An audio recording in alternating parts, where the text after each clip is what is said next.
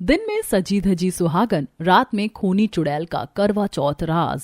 आज करवा चौथ का दिन है और गांव की सभी सुहागनें अपने अपने पति की लंबी उम्र के लिए व्रत रखती हैं और वो सभी अपने अपने घरों में श्रृंगार कर रही होती हैं। तपती दोपहरी में मुनिया ताई हैंडपंप से अपना घड़ा भरने की कोशिश कर रही है। वहीं प्रीति अपने घर में आईने के सामने खड़ी मांग भर रही है और रूबी अपने घर में झुमके पहन रही है। तो वहीं नंदिनी बनारसी साड़ी पहनकर आईने में खुद को देखकर इतरा रही होती है। वहीं रोशनी को उसके कमरे में उसका पति भरत उसके झुमके पहना रहा है। तभी एक सुरीली आवाज रोशनी के कानों से टकराती है। लग जा गले कि फिर ये हंसी शाम हो ना हो। ये इतनी सुरीली आवाज किसकी है? तभी रोशनी अपने कमरे की खिड़की से झांकती है। रोशनी के जैसे ही नंदिनी, रूबी और प्रीति को भी वो आवाज सुनाई दी थी। अब वो तीनों भी अपने कमरे की खिड़की से बाहर झांकती हैं। तभी वो सभी देखती हैं कि बरगद के पेड़ के पास लाल साड़ी पहने गर्दन तक घूंघट की एक कविता चुड़ैल खड़ी थी।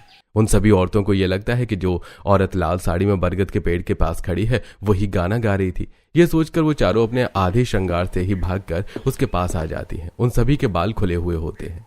वो तुम ही थी ना जो इतना मीठा गा रही थी? तुमने इतना लंबा घूंघट क्यों किया हुआ है? तुम सब ने अपना श्रृंगार पूरा क्यों नहीं किया? अधूरे श्रृंगार में यहाँ क्यों चली आई? तुम्हारी आवाज हमें यहाँ खींच लाई। तुम आखिर हो कौन? अपना घूंघट तो हटाओ। मैं कविता हूँ। मैं तुम्हें अभी अपना चेहरा दिखाती हूँ। तुम बताना मेरा श्रृंगार ठीक तो है ना? मेरे पति को पसंद तो आएगा ना? तभी कविता अपना घूंघट उठाती है। घूंघट के पीछे छुपा था एक खूबसूरत चेहरा। होठों पर लिपस्टिक, मांग में सिंदूर, माथे पर बिंदी, कानों में झुमके और गले में मंगलसूत्र। तुम तो इतनी सुंदर हो कि बिना साज श्रृंगार के ही तुम्हारे पति तुम पर मर मिटेंगे। तुम्हारे पति को तुम्हारा साज श्रृंगार बहुत पसंद आएगा। उन दोनों की बात सुनकर कविता मुस्कुराती है। उसके होठ उसके गाल तक फैल जाते हैं। कविता की मुस्कान देखकर वो चारों घबरा जाती हैं। तुम दोनों भी तो कुछ बोलो। तभी रोशनी और प्रीति एक साथ। तुम्हारे पति तुम्हें ऐसे देख लेंगे तो कभी खुद से दूर नहीं जाने देंगे। मैं तुम चारों की बातों पर भरोसा कर लेती हूँ, लेकिन अगर तुम्हारी बात झूठ साबित हुई तो इसका अंजाम। अपनी बात पूरी किए बिना ही कविता वहां से वही गाना गाती हुई चली जाती है। वहीं बरगद के पेड़ के पास ही नल पर पानी भर रही मुनिया ताई उन पांचों की बातें सुन रही थी। तभी मुनिया नल के पास से ही चारों को आवाज लगाती है। तुम चारों मेरी बात सुनो। आप में से कोई भी अभी मुनिया ताई की बात मत सुनो। वो जरूर हमें कोई काम बताएंगी। अभी हमारे पास बिल्कुल भी टाइम नहीं है। मुनिया ताई, आज हम आपकी कोई मदद नहीं कर सकते। इतना कहकर चारों अपने अपने घर चली जाती हैं। मुनिया ताई एक एक करके उन चारों के घर जाकर दरवाजा खटखटाती है, लेकिन उन चारों में से कोई भी दरवाजा नहीं खोलता। ठीक है, मत सुनो मेरी बात, खुद ही भुगतोगी। गुस्से में बड़बड़ाती हुई मुनिया ताई पानी का मटका लेकर गांव के बाहर ऊंची पहाड़ी पर बने काली मां के मंदिर की तरफ चल देती है। शाम 4 बजे के बाद गांव की कुछ सुहागन औरतें आशा, संतोषी और सुषमा श्रृंगार करके बरगद पेड़ के पास एक एक करके इकट्ठा होने लगती हैं।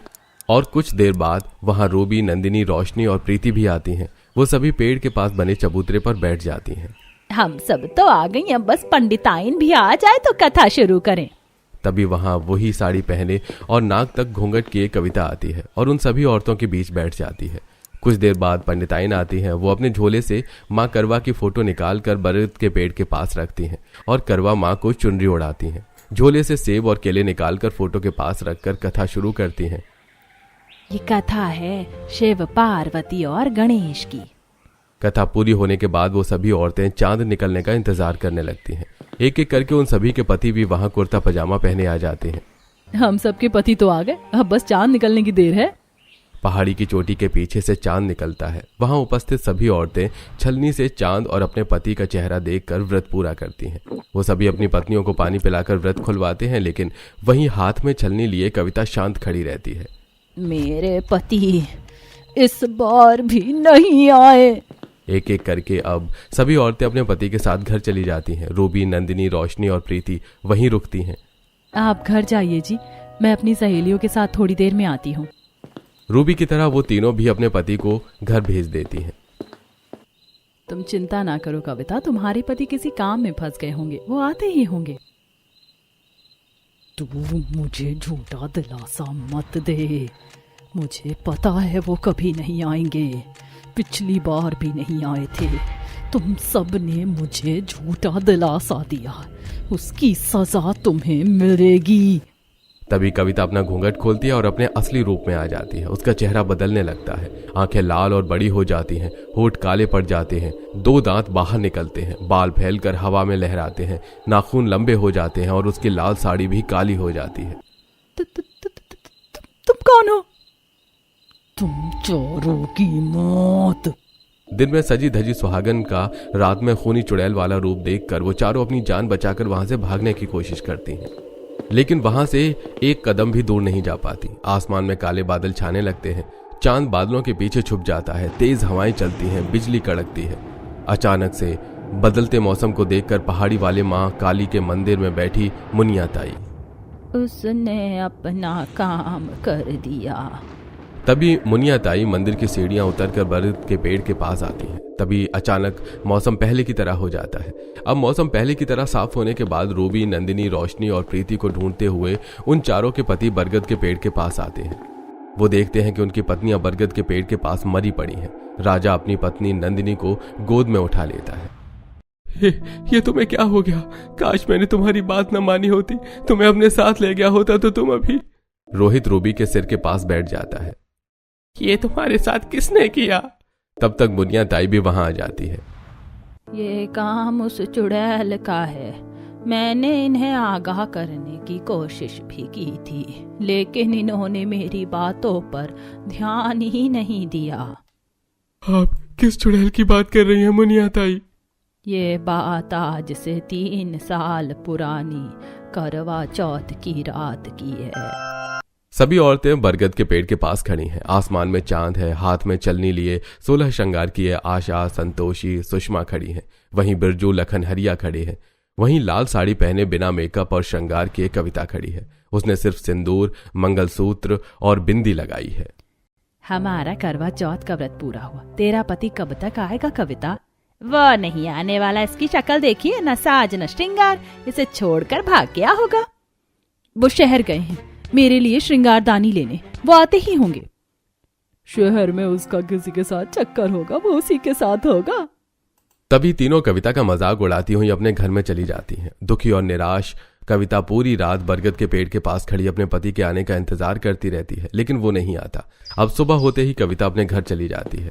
अब भूखी प्यासी कविता कई दिनों तक अपने पति के आने का इंतजार करती है, लेकिन उसका पति नहीं आता। वहीं कविता अपने घर के दरवाजे पर खड़ी होकर आजा रे ओ मेरे दिल बर आजा।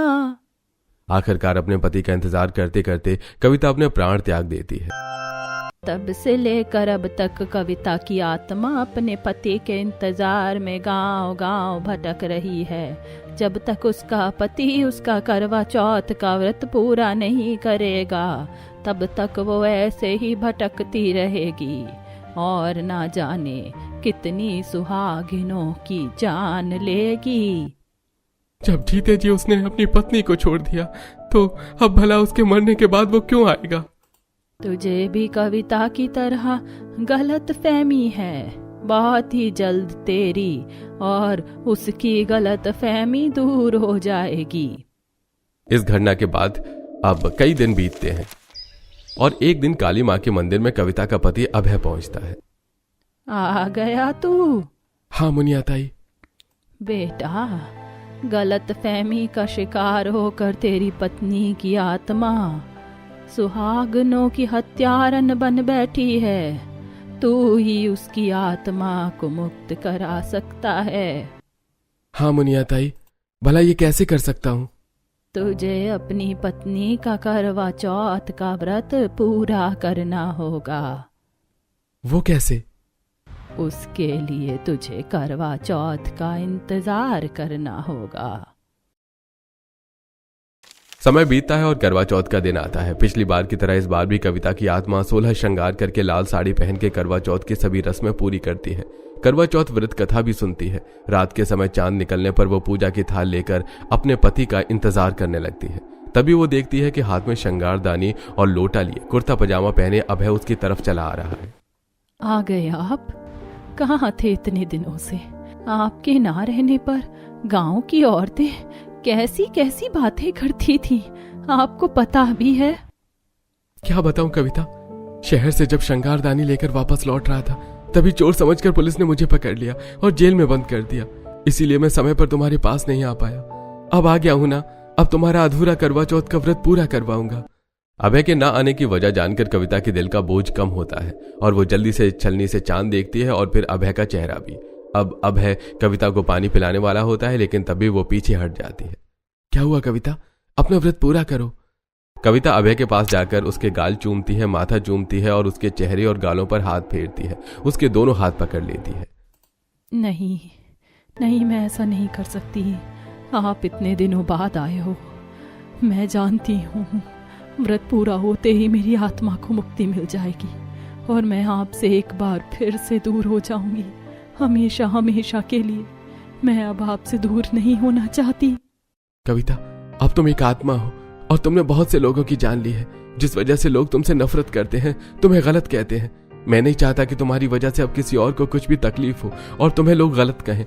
मैं तुमसे बहुत प्यार करता हूँ और तुम्हें कोई गलत कहे तो मुझे बहुत तकलीफ होती है। मेरी बात मान लो, करवा चौथ का व्रत पूरा करो और मुक्त हो जाओ। मैं आपको तकलीफ नहीं देना चाहती, आप जैसा कहोगे मैं वैसा करूंगी। अब अभय कविता को पानी पिलाता है। कविता का शरीर चमकने लगता है और वो उड़कर आसमान में चांद की तरफ जाती है। इस तरह मरने के बाद कविता का अधूरा करवा चौथ का व्रत पूरा होता है।